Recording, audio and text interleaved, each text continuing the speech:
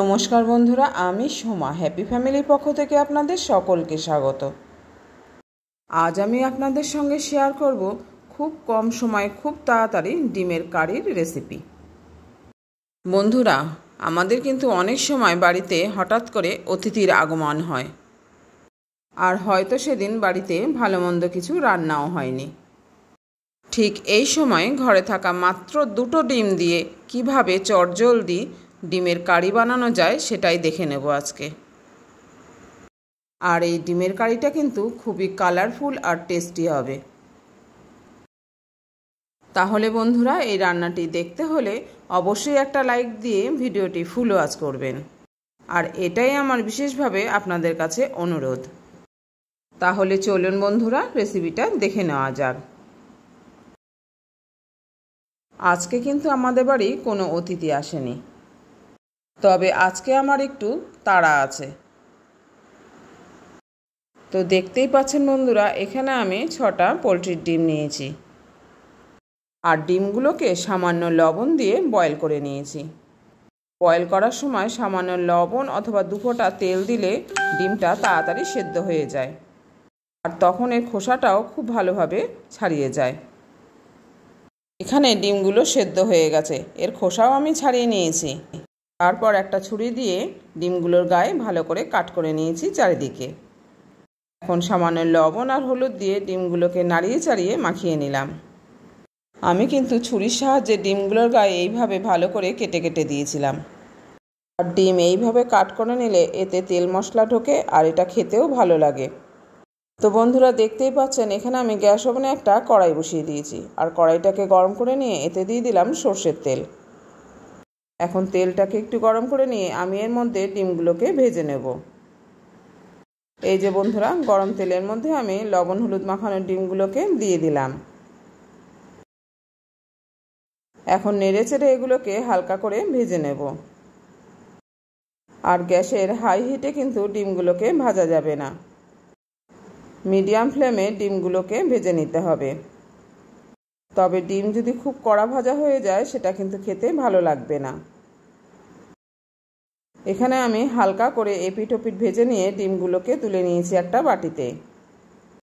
এখন কড়াইতে আর তেল না থাকায় আমি দিয়ে দিলাম পরিমাণ মতো সর্ষের তেল। আর এই রান্নাটা কিন্তু সর্ষের তেলে করলেই ভালো লাগবে। এখন তেলটাকে গরম করে নিয়ে আমি এর মধ্যে দিয়ে দিলাম খুব সামান্য পরিমাণে সাদা জিরে আর একটা শুকনো লঙ্কা। এখন এটাকে একটু নেড়ে চেড়ে নিলাম। জিরে আর শুকনো লঙ্কা দিয়ে যখন সুন্দর গন্ধ বেরোবে তখন আমি দিয়ে দিলাম পেঁয়াজ আদা রসুনের পেস্ট। এই যে বন্ধুরা, আমার তৈরি করে রাখা আদা পেঁয়াজ রসুনের পেস্টটি এখন আমি এর মধ্যে দিয়ে দিলাম। এখানে আমি চা চামচে 3 চামচ আদা পেঁয়াজ রসুনের পেস্ট দিলাম। এখন এই আদা পেঁয়াজ রসুনটাকে মিডিয়াম ফ্লেমে আমি ভেজে নেব।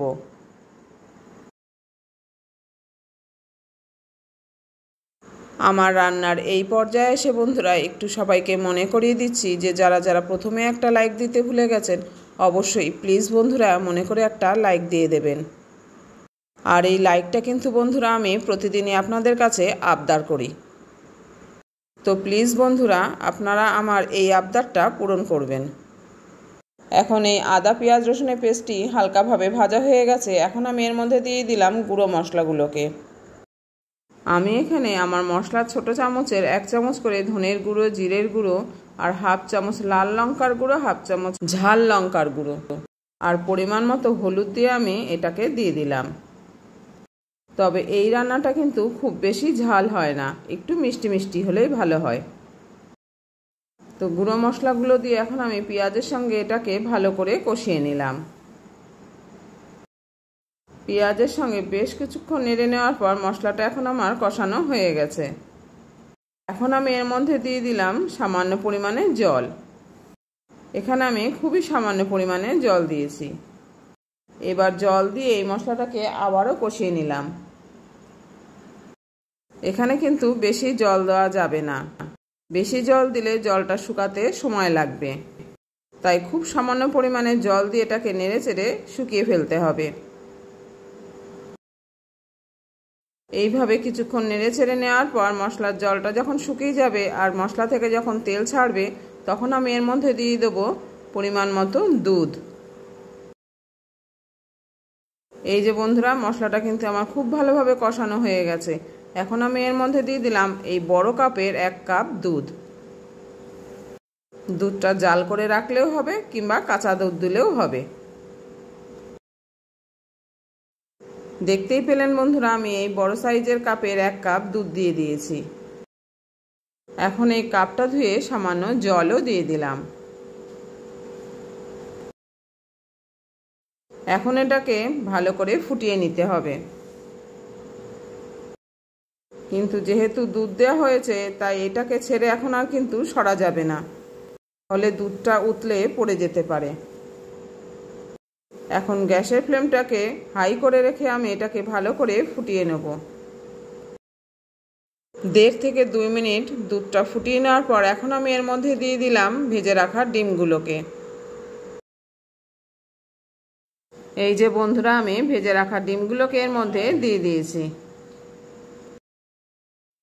এখন আবার এটাকে মিনিট খানেক ফুটিয়ে নেব।